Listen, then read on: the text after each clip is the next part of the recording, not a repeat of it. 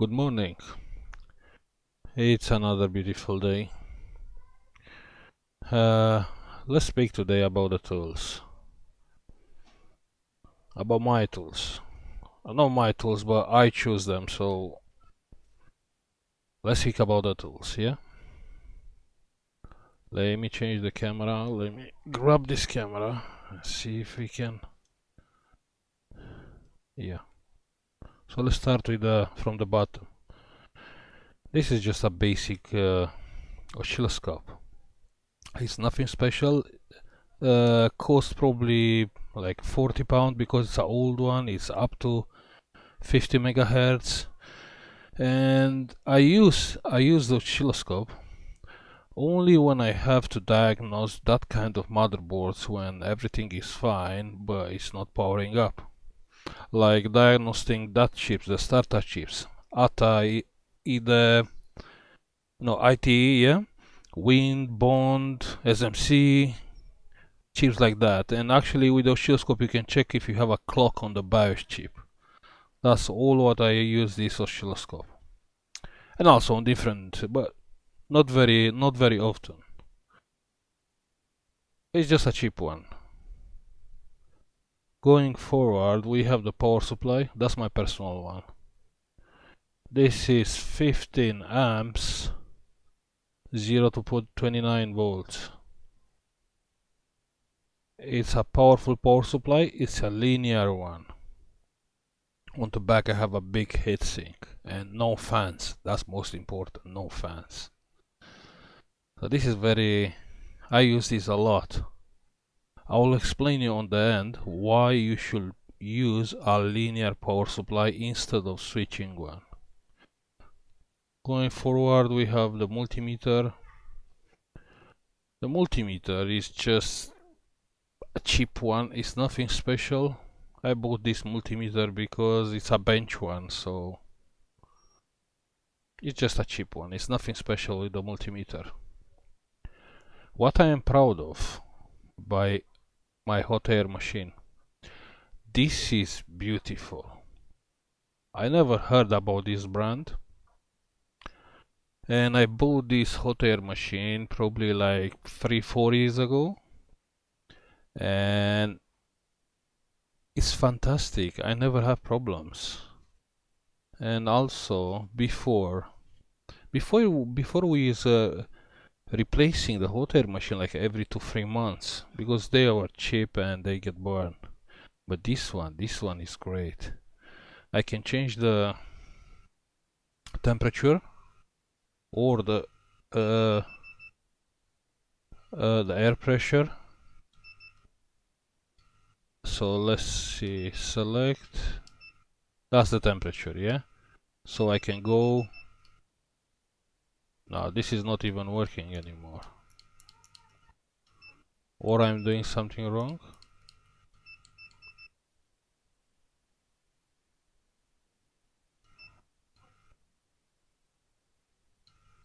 No, probably this is not working anymore. But anyway, I'm still proud of this. So I have the air pressure. And when I switch, I have the temperature.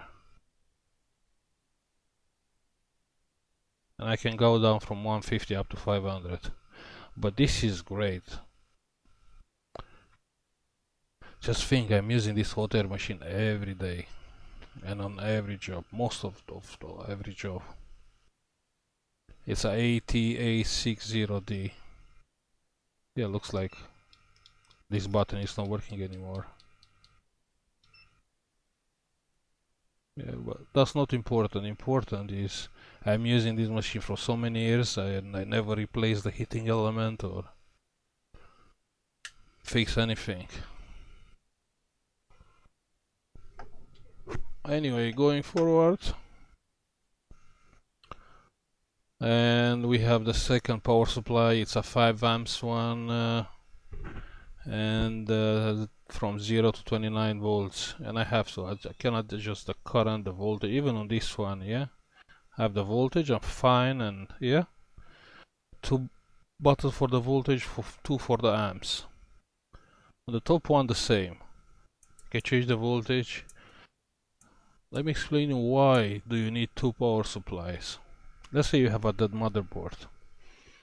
And let's say the 3.3 volts is missing from the salt bridge from the starter chip. So you use 3.3 volts. Obviously you want to know if only that's the problem or the motherboard has more problems. And I'm using this power supply like to power up that chip 3.3 volts, and I'm using the big one for 19 volts to see exactly how the motherboard will react. So you see, sometimes I'm using the both power supplies. Even this power supply is a linear one, has a fan on the back, but I took out the fan and I put a bigger heatsink. And on the top we have a solder iron. This is nothing special, it's a cheap one from Uplane.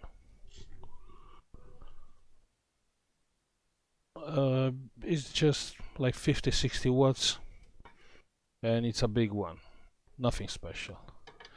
And the soldering iron from Micro Soldering, it's a non-branded one from eBay. So this is a completely known brand, but it has a small tip. And also I bought more tips for this solder iron, the small ones. And yeah, I'm happy. And after that, what do we have here?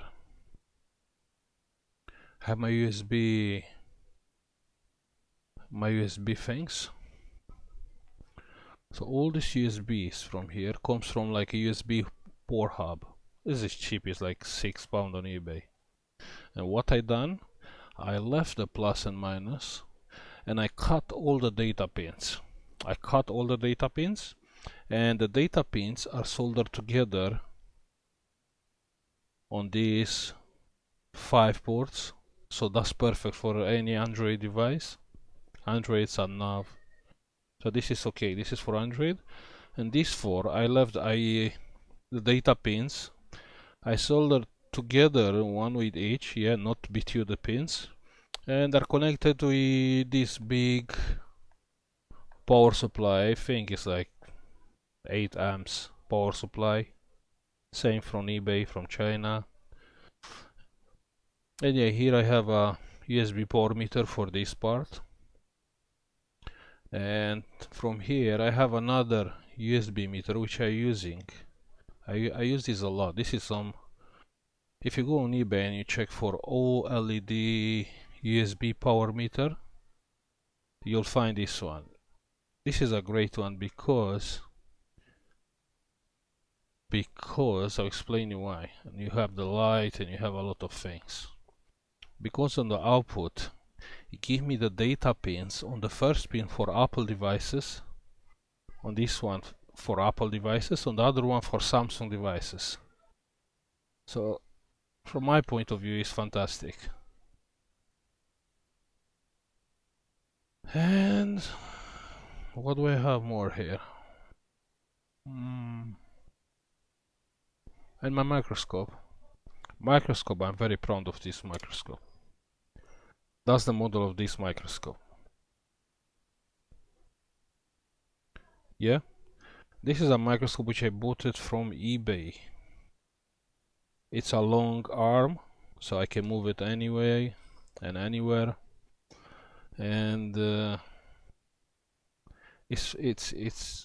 happy. And the camera, let's see if we can focus on the camera. Yeah, that's the camera. And the camera is great also. I bought the microscope from eBay, and the people, they have a business online. You can find Cambridge microscope. Let's go online and check. I put this camera back. Oh yeah, it's back.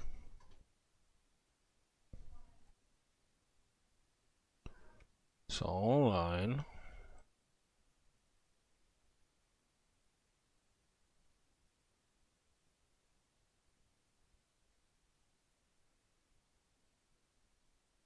Let's see.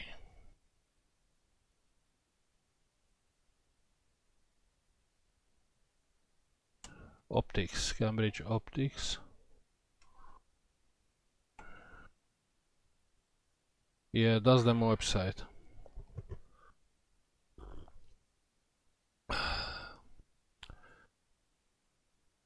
Ah, I haven't switched. 1 second. Oh yeah. So this is the website, but they're also selling on eBay.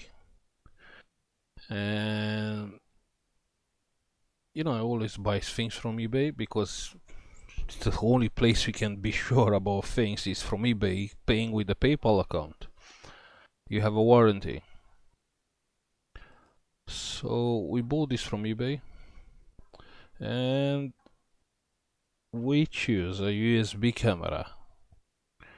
And the USB camera, I got probably like 25 frames per second, and I wasn't happy. And we spoke with the man, we sent back the camera, we bought this camera, the HDMI one. And after that, the working distance was not enough. Again, we spoke to the people, they make us a good price, and we bought a lens. So I'll say I'll recommend these people buying straight from them, because you know, are fair people, and the microscope is great.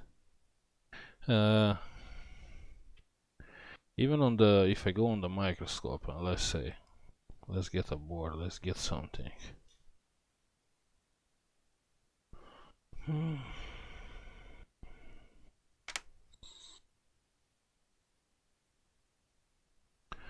You see this, what you see on the screen, actually on the, if you're looking for the microscope, it's more wide, probably it's double wide. So the picture is more wide on the, actually the microscope. But any tool what you'll buy, just keep in mind, buy better ones, because the tools, they will pay in self. So it's nothing to worry about the money. About the power supply, so I want to speak about this. Well, let me get a paper and a pen, yeah? 1 second.